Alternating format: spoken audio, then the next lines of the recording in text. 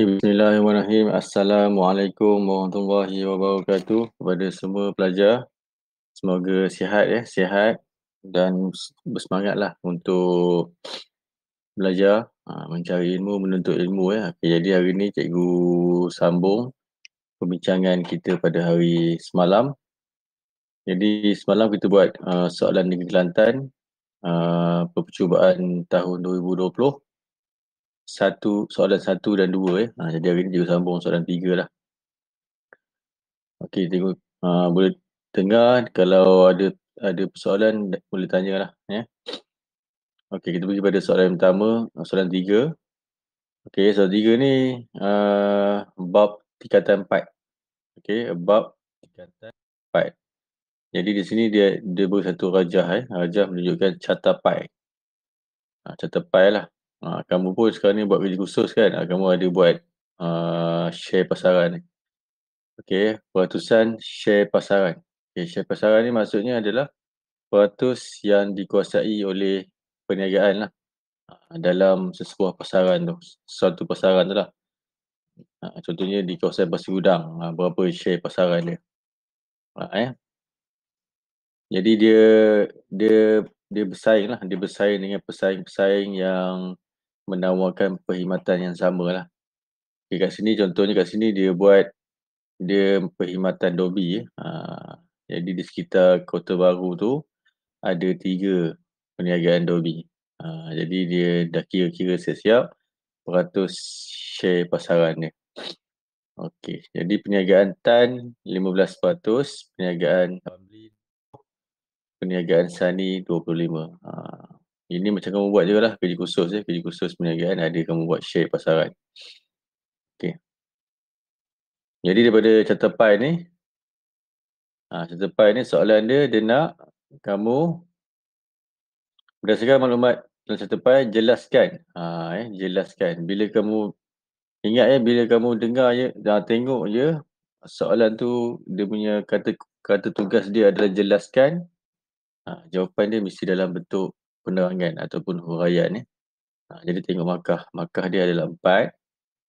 Jadi kamu kena ada 4 isilah, 4 dash, 4 point. Jadi ini adalah soalan bab tingkatan 4 tingkatan 4 share pasaran. Tengok jawapan dia. Okey, seperti biasa bila kamu jawab soalan, kamu kena jawab lengkap lah. Tulis share pasaran perniagaan Ramli. Sekarang ni soalan ni dia nak apa ni? Perniagaan Ramli kan? Dia nak perniagaan Ramli tengok betul-betul. Jadi perniagaan Ramli ni adalah share yang paling besar sekali. Okey, mungkin perniagaan Ramli ni dia dah lama berniaga. Dia dah ada ramai pelanggan tetap dia. Dia punya kewangan dia lebih kukuh. Mungkin kedai dia lebih besar ke, kan? Banyak faktor lah disebabkan share pasaran dia tinggi ni. Mungkin tempat dia strategik, kan? Tengok jawapan dia. Jadi buatlah share pasaran perniagaan Ramli ialah kamu buat tadi 4 markah, jadi kamu kena ada penerangan. Sebab dia ada penerangan kan, jadi 4 markah lah. Jadi kamu boleh ambil, ni contoh skema jawapan, kamu boleh ambil lah 4 daripada skema jawapan ni. Kita pergi satu-satu ulas apa dia jawapan dia. Okay, ni share pasaran perniagaan Ramli, biasalah kamu kena buat macam ni kalau jawab exam. Jawab ulang balik. Share pasaran perniagaan Ramli ialah, jadi kamu tulis dash bawah dia. Okey, yang pertama seeloknya biasanya kalau huraian pertama ni dia akan bagikan maksud dia. Ni maksud share pasaran ni. Maksud dia adalah merupakan bahagian peratusan penguasaan jumlah pengguna yang menggunakan perkhidmatan Dobi lah. Kalau kat sini soalan tadi dia di sekitar Kota Baru kan. Jadi dia berbanding dengan pesaing tersebut. Pesaing yang 2 tadilah. Dia compare. Jadi ceritalah berapa share pasaran dia. Ceritalah dia berbanding dia. Berapa kebulang balik, ambil pada soalan lah. Kamu tulis balik dia menguasai share pasaran sebanyak 60% penguasaan pelanggan. Itu cerita baliklah dia berbanding dengan pesaing tadi. Pesaing ada dua tadi pesaing. Perniagaan Sani dan perniagaan Tan. Tulis balik, salin balik. Okey, jadi apabila perniagaan tu dia menguasai share yang paling besar, okey. Tengok kat sini. Dia menguasai share terbesar kan. Biasanya kan share besar ni dia akan menjadi pemimpin lah. Pemimpin. Apa maksud pemimpin ni? Pemimpin ni maksudnya dia boleh kawal harga lah. Jadi pesaing ni akan ikut harga dia. Jadi contohnya dia Serikat Ramli ni dobi sejam sekali dobi RM5. Contoh lah kan. Jadi perniagaan Sani dengan Tan ni dia terpaksa buat harga hampir-hampir sama lah. Kalau dia buat harga mahal kan mungkin dia tak laku. Kan dia jadi pemimpin lah. Pemimpin. Jadi dia mungkin jadi pemimpin. Dia akan letakkan harga-harga lah yang sesuai. Okey. Lepas tu strategi pemasaran dia. Tadi kan. Strategi pemasaran dia. Perniagaan Ramli ni akan diikuti oleh pesaing-pesaing dia tadi. Contoh tadi lah dia harga kan. Kalau strategi pemasaran ni ada 4P tu lah. Harga, produk, place, tempat tempat, agihan dan promosi. Jadi biasa dia akan ikut lah. Dia akan follow perniagaan Ramli ni. Sebab dia sebagai pemimpin ya. Pemimpin. Jadi perniagaan Ramli akan terus kekal lah mendapat keuntungan yang tinggi. Sebab dia dah share besar. Yang 60% ni maksudnya 60% jumlah penduduk di kawasan yang menggunakan perkhidmatan Dobi ni dia pergi menggunakan perkhidmatan di kedai Ramli ni. Jadi bila ramai dapat untung yang tinggi. Untung yang tinggi ya. Untung yang tinggi. Okey. Jadi juga rasa tu jawapan untuk yang pertama lah. 3A tu jawapan dia. Jadi lepas ni kamu boleh salin jawapan. Salin jawapan, pilih 4 yang terbaik. Okey Amir, boleh faham?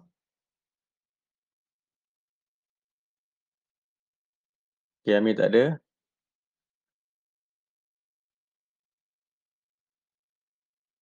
Okey, seterusnya kita pergi kepada soalan 3B. 3B ni dia dah masuk dah soalan bab 4 ni. Bab 4 tingkatan 4. Fungsian ya. Jadi soalan ni adalah 3B. Maklumat berikut berkaitan dengan peranan satu bahagian fungsian ya. Fungsian. Fungsian ni adalah bab tingkatan 4 dalam organisasi. Jadi bila ni kamu baca soalan dulu. Jelaskan. Dah biasa ya, jelaskan, kamu jawab huraian sahaja. Tujuan bahagian fungsian ini diwujudkan. Okey, jadi dia nak tujuan. Jadi apa bahagian fungsian apa yang dia nak? Jadi kita tengok dia punya soalan dia. Dia punya maklumat dia. Okey, dia melibatkan penyelidikan dan pembangunan tentang produk baru. Okey. Penyelidikan dan pembangunan dalam produk baru. Okey, dah Finah dengan Amir, cikgu harap stay lah.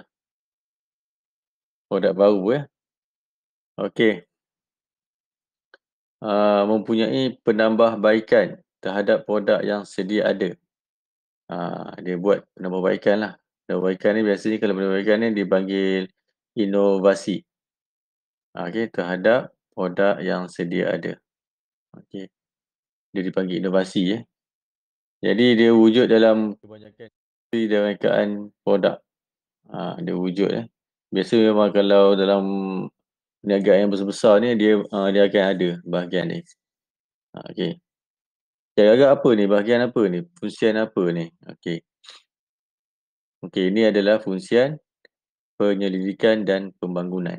Okey, pembangunan dan penyelidikan Okey, jadi dia nak tujuan dia. Tujuan. Tujuan fungsian ni lah. Fungsian apa tadi?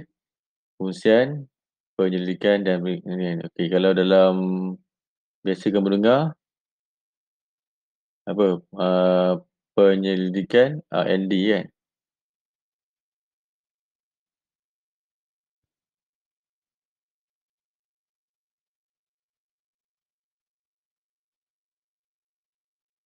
R&D. Research and Development. Jadi kalau dalam bahasa Melayu dia, penyelidikan pembangunan. Okey. Jadi soalan tadi tu ya.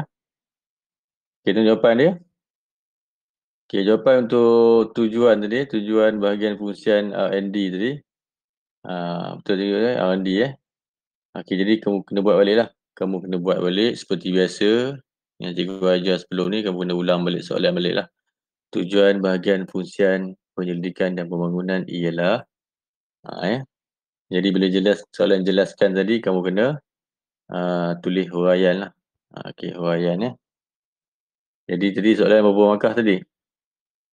3 markah. Jadi kamu kena ada 3 penerangan 3 penerangan. Okey.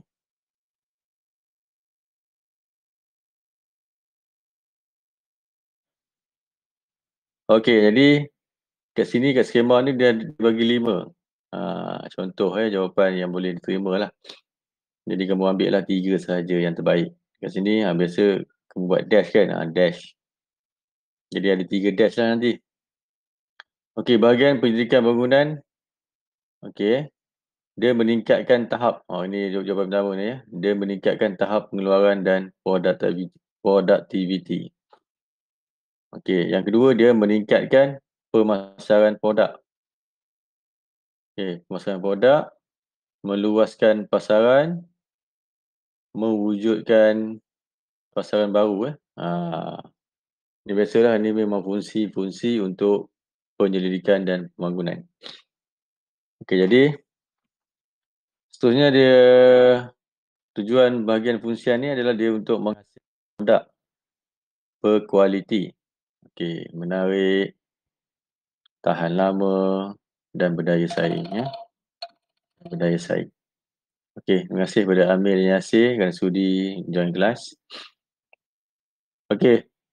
Jadi rasa 3 ni lah. 3 ni kamu ambil 3 ni yang sesuai jawapan dia. Okey, memang fungsian penyelidikan dan pembangunan ni dia bertujuan untuk ni lah. Seperti yang cikgu kita bincangkan tadi. Okey. Kita dah habis soalan 3A dan 3B. Kita pergi pada soalan 3C pula. Okey, saya jelaskan lagi Jelaskan lagi ni. Jelaskan. Jelaskan kamu kena jawab apa? Penerangan ataupun huraian sahaja.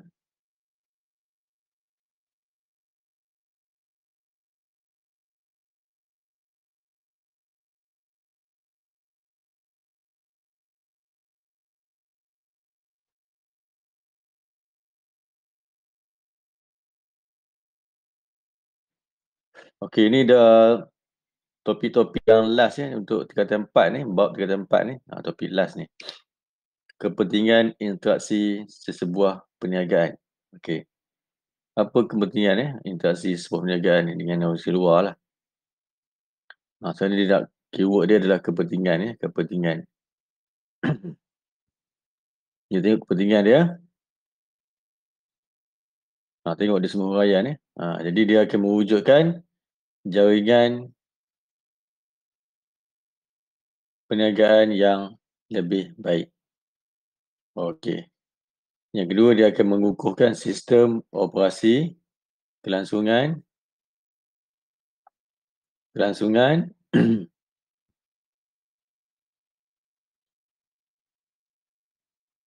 perniagaan dalam pasaran. Jadi dia bila kita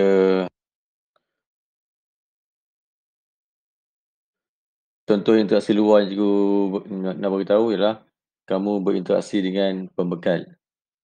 Okey, kamu berinteraksi dengan pembiaya, pelabur, pelanggan. Kan? Jadi itu semua tu adalah organisasi luar lah. Jadi kamu kena buat baik-baik, kena layankan kan kehendak-kehendak apa yang diperlukan oleh mereka semualah. Jadi bila kamu buat baik dia akan mewujudkan jaringan perniagaan lebih baik, mengukuhkan sistem operasi. Contohnya macam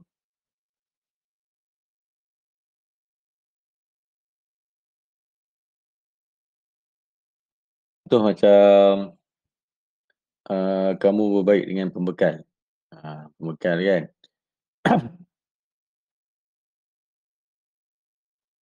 baik dengan pembekal, contohnya kamu ambil bahan mentah.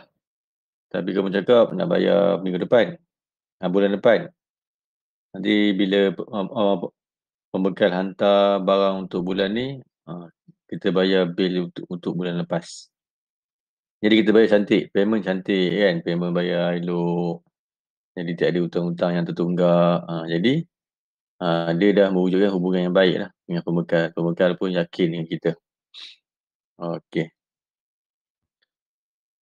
Contohnya adalah mengukuhkan hubungan yang sedia ada ke tahap yang lebih baik lah. Jadi kamu dah baik dah pembekal tu, kamu pun kukuhkan lagi ke tahap yang lebih baik lah. Okey, jadi dia meningkatkan matlamat perniagaan dan misi perniagaan. Okey, tu dia. Okey, itu jawapan untuk 3C. Kita dah habis soalan 3C. Ada soalan untuk soalan 3C ni. Ni jawapan tambahan dia. Cikgu rasa cukup lah. Tadi pun dah banyak jawapan dia. Dia ada beri jawapan tambahan lagi 3 lagi ni. Banyak jawapan skema dia. Okey, kita pergi kepada soalan 4. Okey, soalan 4 ni biasanya kalau soalan SPM ni, soalan 4 dia dah masuk bab tingkatan 5 bab tingkatan 5. Betul. Jadi dia masuk dah bahagian pengurusan sumber manusia. Okey. Pengurusan sumber manusia ni bab 1 tingkatan 5 Okey, jadi kamu ingat balik lah. Kamu sekarang ni kamu lupa bab tingkatan 4 ni dah lama tinggal kan.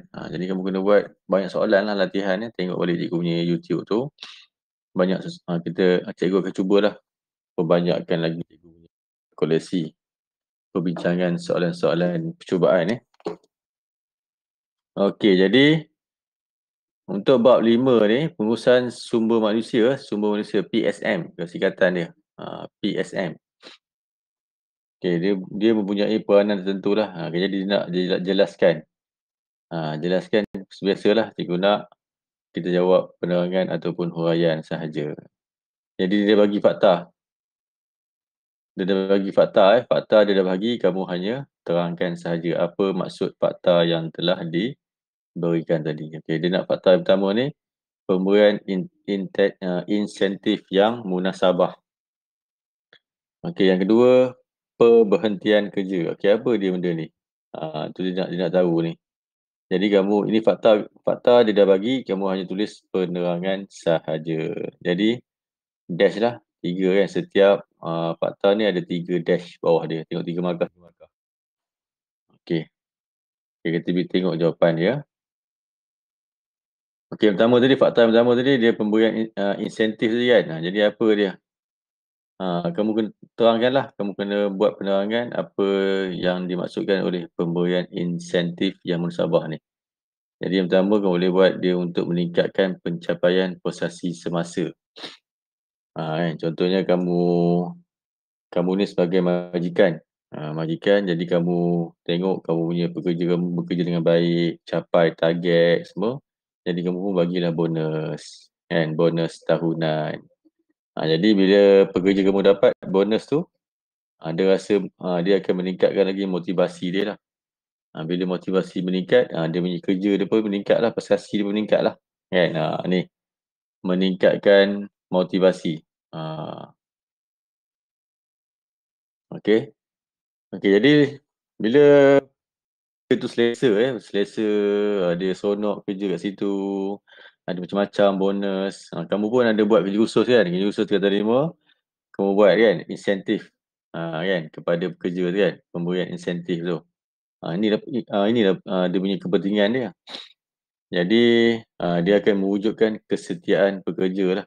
Dia akan mewujudkan kesetiaan pekerja. Jadi kalau kamu dah ada pekerja mahir, bila kamu ada pekerja mahir ni, dia banyak memudahkan lagi urusan perjalanan perniagaan kamu lah. Jadi kamu kena jagalah pekerja-pekerja yang baik ni, yang mahir ni kena jaga. Jadi kamu kena berikan pelbagai insentif lah untuk meningkatkan ataupun mewujudkan kesetiaan pekerja tu. Okey. Jadi lepas tu, dia tulis lagi, dia nak memastikan pekerja rasa dihargai. Kan, dihargai. Jadi bila pekerja tu dapat duit kan, dapat duit claim lah, apa-apa kan. Jadi dia pun rasa dihargai lah. Banyak lagi lah benda positif betul-betul persekitaran kerja yang harmoni dan kondusif, menjalinkan, melindungi kebajikan pekerja. Okey. Jadi pilih 3 lah, ambil 3 sahaja daripada 7 yang dibagi ni yang skema jawapan ni. Jadi ambil 3 sahaja. Okey, untuk fakta yang kedua, perberhentian kerja. Apa dia perberhentian kerja? Okey, biasanya kalau penerangan yang pertama ni ataupun huraian yang pertama ni kamu maksudkan dulu, jelaskan maksud dulu ya. Dia pemberhentian kerja ni adalah penamatan kontrak pekerjaan, persaraan secara sukarela, tindakan disiplin, pemecatan pekerja. Okey, jadi pekerja ni berhenti dia banyak faktor sebab banyak faktor. Contohnya dia dah kontrak, lepas tu dia dah pencen bersara lepas tu dia berhenti secara sukarela, ataupun dia telah diberhentikan sebab dia ada masalah disiplin, kan. Lepas tu dia kena pecat, itu dia pemberhentian kerja ni. Okey, bila yang berhenti secara elok ni kan, berhenti ni dia, kita mesti bagi ganjaran. Kan kalau pergi kerja kerajaan tu, dia dapat duit pencen kan. Itu ganjaran lah. Ganjaran yang diberikan oleh kerajaan kepada staf-staf kerajaan ni. Kalau swasta pun ada dia bagi bila dah tak sampai tempoh pencen tu, dah habis perkhidmatan, dibagi sumbangan ganjaran ataupun dipanggil pampasan pampasan setimpal oleh majikan. Ini gratuiti dia macam pampasan. Pampasan, persaraan, pencen. Pencen ni untuk staf kerajaan pencen.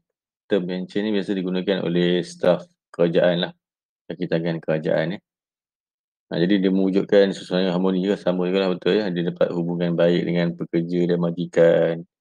Jadi ambil 3 ni. Okey, ni untuk soalan 4A 4A. Kita pergi pada soalan 4B lah. 4B Okey, ni dah siap. Okey, soalan ni pula, apakah faktor-faktor penentu sistem penggajian? Okey, ingat bila soalan apakah ni, biasanya dia nak fakta-fakta je. Fakta sahaja. Apakah, ingat apakah. Jadi 4 markah, jadi kamu kena keluarkan 4 faktor lah penentu sistem penggajian.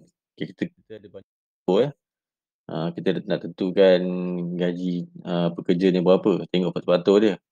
Salah satunya adalah kedudukan kewangan lah. Kedudukan kewangan. Ni perniagaan. Lepas tu satu lagi bidang tugas yang pekerja tu tanggung lah.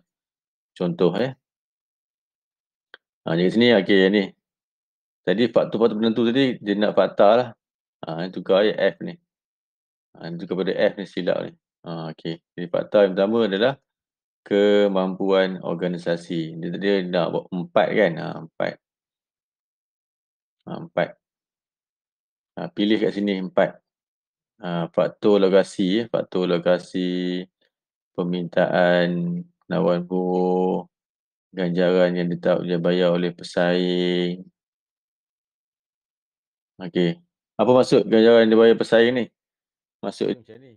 Kamu tadi macam tadi lah. Kamu ada share pasaran tadi kan. Kamu ada 3 pesaing dalam pasaran yang sama. Menawarkan perkhidmatan ataupun produk yang sama.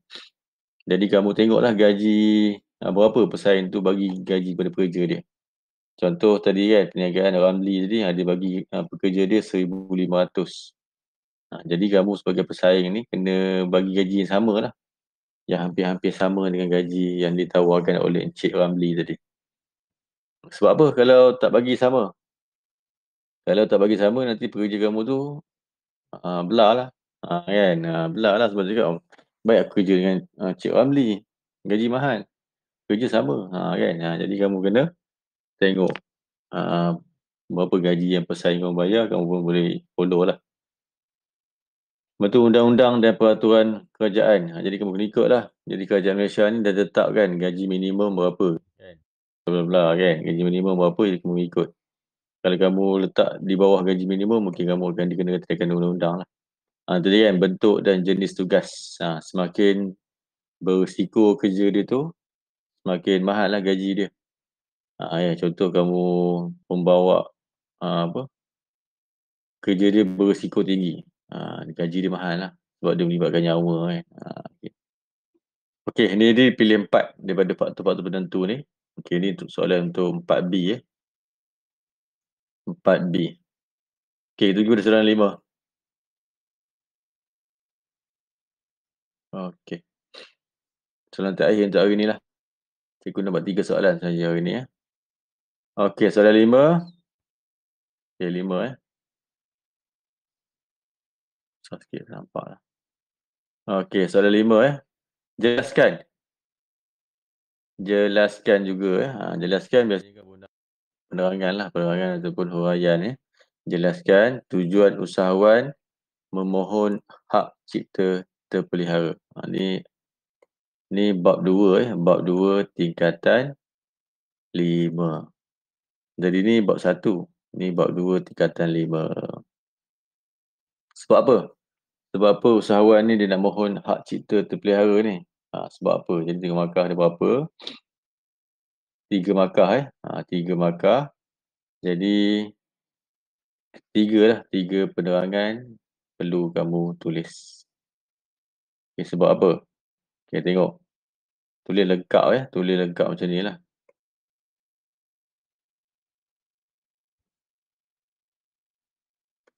Okey. Seperti biasa kamu kena tulis balik tujuan usahawan memohon hak cipta terpelihara ialah yang pertama biasanya kamu jelaskan maksud dia dulu maksud. Hak eksklusif kepada pencipta karya. Jadi bila kamu ada satu karya kamu kena mohon hak cipta terpelihara ni. Untuk apa? Untuk mengawal. Dia untuk mengawal penggunaan karya lah. Lepas tu untuk tempoh masa tertentu. Okay, biasa kalau yang berkaitan dengan sastra, muzik, seni dia kekal lama dia punya hak cipta pelihara dia kekal sehingga 50 tahun ataupun selepas kematian pencipta tersebut. Lama dia kekal hak cipta tu, pelihara tu. Jadi filem rakaman bunyi kekal 50 tahun dari karya diterbitkan. Diterbitkan Ambil kat sini lah. Ambil jawapan dia. Kalau pula 50 tahun. Dari siaran pertama dibuat. Untuk melindungi hak hasil ciptaan sebab apa dia buat? Untuk dia melindungi hasil ciptaan lah. Jadi penat-penat orang tu fikir nak buat benda tu. Jadi dia tak hak cipta kan orang ciplak orang tiru. Jadi sesia lah. Membazir masa lah dia dah lama fikir kan benda nak buat filem ke nak buat lagu ke. Senang-senang je orang ciplak jadi dia kena buat hak cipta ni. Kalau tadi tu ni kan idea semua ni dia yang telah direkod dijadikan bahan yang dizahirkan. Okay, kalau seni semua dah contoh dia. Okey, jadi pilih berapa tadi? Pilih 3 sahaja. Pilih 3 sahaja jawapan ni. Ke soalan 5B. 5B okey. Jelaskan. Banyak soalan jelaskan banyak soalan jelaskan kat sini. Okey, jelaskan ni. Jadi kamu kena bagi penerangan jugalah okey ni sumber pembiayaan luaran Sumber pembiayaan. Jadi kita ni bab 3. Di dalam bab 3 ni kita ada 2 jenis sumber pembiayaan iaitu sumber pembiayaan dalaman. Yang kedua adalah sumber pembiayaan luaran. Jadi sumber pembiayaan luaran ni ada 2 pula. Bank dan institusi kewangan. Yang kedua daripada agensi kerajaan agensi kerajaan. Jadi yang dua fakta ni dia bagi ni, sewa beli dan Rahno ni adalah yang ditawarkan oleh pihak bank ataupun institusi kewangan ni agak ini adalah bank yang tawarkan ataupun institusi kewangan yang tawarkan. Jadi fakta dia dah bagi, jadi kamu kena bagi dua penerangan lah setiap satu fakta ni. Okay, sewa beli ni apa, Rahno ni apa. Okey. Okey. Sewa beli maksudnya apa tadi? Sewa beli kamu menyewa aset dengan tujuan membeli aset tersebut. Contoh kamu nak beli sebuah van. Kamu buat perniagaan pembersihan kan. Pembersihan nak ada van. Jadi kamu buat, kamu nak beli cash tak ada duit. Nanti kamu nak gunakan duit tu untuk buat benda lain kan. Jadi kamu pergi bank, kamu pun mohonlah pembiayaan pembelian van ni. Jadi bila bank bersetuju, bank belikan untuk kamu dan kamu bayar ke bank tiap bulan lah. Ikutlah kamu punya perjanjian kamu tu berapa tahun nak bayar. Contoh kamu bayar sebulan 1,000. Bank cakap okey bayar sebulan 1,000 selama 9 tahun. Bayarlah sampai 9 tahun kan. Sampai 9 tahun bayar. Lepas tu bila dah habis tempoh tu, van tersebut menjadi hak milik kamu lah. Itu dipanggil sewa beli. Okey. Yang kedua, bank lah. Betul juga, bank dan institusi kewangan akan membeli aset tu dulu daripada pihak kereta. Contohnya, kamu nak beli bank jenama Toyota. Jadi, bank pergi beli dengan Toyota dulu, bank tu, dan dia akan sewakan kepada kamu lah. Jadi, kamu bayar setiap bulan. Itu dipanggil sewa beli. Kamu sewa dengan berhajat untuk membelinya. Itu namanya sewa beli. Ya. Jadi, bila dia dapat van tu, dia akan sewakan kepada usahawan lah. Sementara kamu bayar 9 tahun tu, aset tersebut adalah milik bank. Dia milik bank.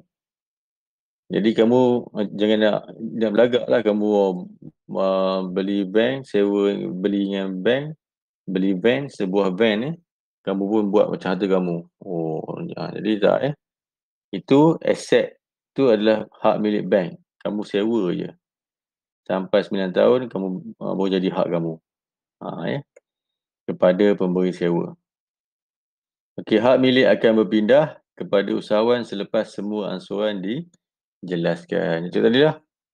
Kan? Bila kamu dah habis bayar, baru jadi hak kamu lah. Okey. Yang ni boleh buat tambahan pilih dua sahaja. Okey, kita tengok Ahranu pula. Okey, Ahranu Ahranu pula. Apa dia? Ahranu ni apa dia? Okey, dia adalah emas ataupun barang kemas jadikan cagaran. Kamu pun tengok di luar sana banyak kan?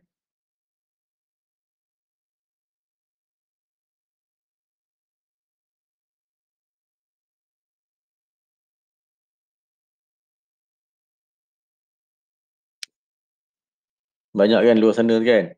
Ahranu Band Rakyat lah, ada macam-macam kamu tengok Yapim lah, kamu tengok dia kamu pusing-pusing kat luar tu, kawasan Pasir Gudang tu tengok ada je syarikat yang menawarkan ni pembelian barang emas dan ni lah.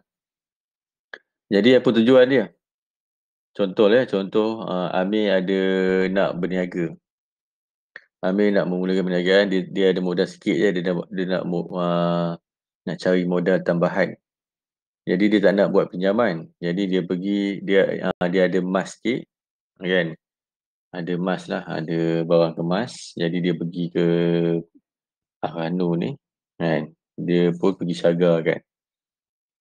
Jadi Ahranu tu dia buat perkiraan lah. Dia kira dia kira berapa harga emas tu lah. Contoh Amir ada harga emas 20,000. Contoh kan. 20,000. Jadi Amir pergi syaga, tengok dia nilai lah.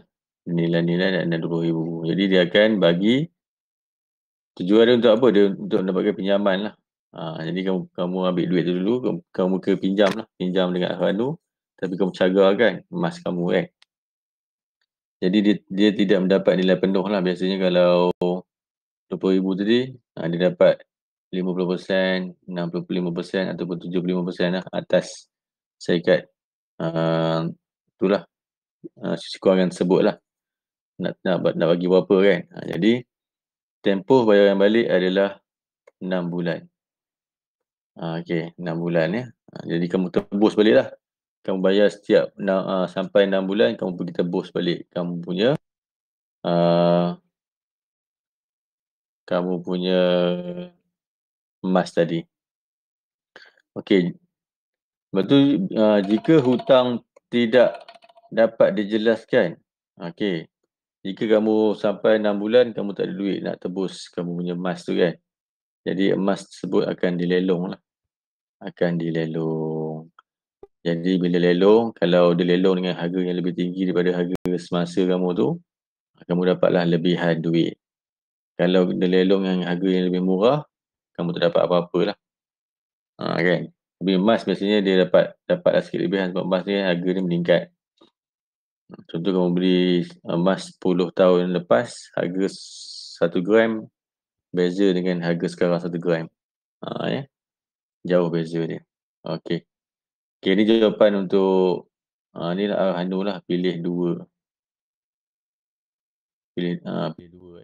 Pilih 2. Okey. Jadi kita pergi soalan yang terakhir untuk hari ni, soalan 5C.